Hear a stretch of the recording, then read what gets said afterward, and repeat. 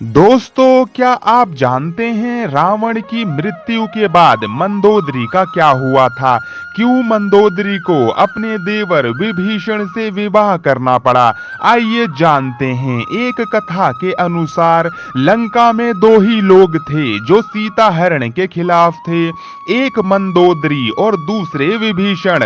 राम और रावण के युद्ध में लंका से सिर्फ रावण के भाई विभीषण और मंदोदरी ही जिंदा बचे थे। तो दोस्तों, आइए जानते हैं इसके पीछे की कहानी। तो बने रहिए मेरे साथ आखिरी तक। रामायण में मंदोदरी की पहचान लंकापति रावण की पत्नी के तौर पर बताई गई है। मंदोदरी का चरित्र रामायण में बेहद नैतिक दिखाया गया है।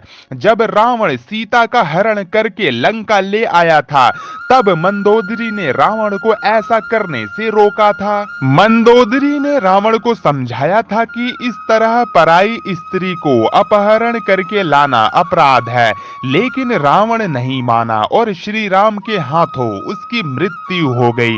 क्या आप जानते हैं रावण की मृत्यु के बाद मंदोदरी का क्या हुआ था? क्यों मंदोदरी को अपने देवर विभीषण से विवाह करना पड़ा? आइए जानते हैं आज के एपिसोड में।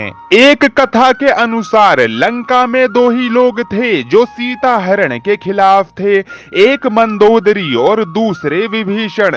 राम और रावण के युद्ध में लंका से सिर्फ रावण के भाई विभीषण और मंदोदरी ही जिंदा बचे थे। रावण के मरने के बाद जब मंदोदरी विधवा हो गई, तब श्री राम ने उन्हें बताया कि वह अब भी लंका की महारानी है। सुचारू रूप से साम्राज्य को चलाने के लिए मंदोदरी को विभीषण से विवाह करने की सलाह दी गई, लेकिन मंदोदरी ने इसके लिए राजी नहीं हुई। लेकिन फिर कुछ समय बाद शादी का प्रस्ताव स्वीकार कर लिया। इसके बाद विभीषण और मंदोदरी ने लंका का राजपाट संभाला। हालांकि रामायण में इस बात का कहीं बहुत ज्यादा जिक्र नहीं है। एक दूसरी मान्यता के अनुसार रावण की मृत्यु के बाद मंदोदरी ने विधवा का जीवन ही स्वीकार किया और अध्यात्म में डूब गई। मंदोदरी ने अपना आगे का जीवन धार्मिक प्रथाओं के लिए समर्पित कर दिया। पौराणिक कथा के अनुसार एक बार रावण मंदोदरी के पिता मायासुर के महल में गया था। वहां मंदोदरी को देख रावण उस पर मोहित हो गया। उसने मायासुर से मंदोदरी का हाथ मांगा, लेकिन मायासुर ने इनकार कर दिया। क्रोध में आकर रावण मंदोदरी को शादी के लिए मजबूर करने लगा।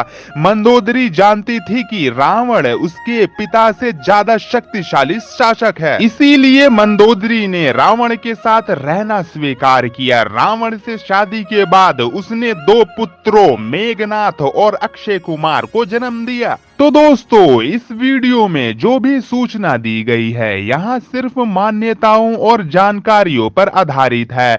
यहाँ यह बताना जरूरी है कि हे राधे किसी भी तरह की मान्यता जानकारी की पुष्टि नहीं करता है।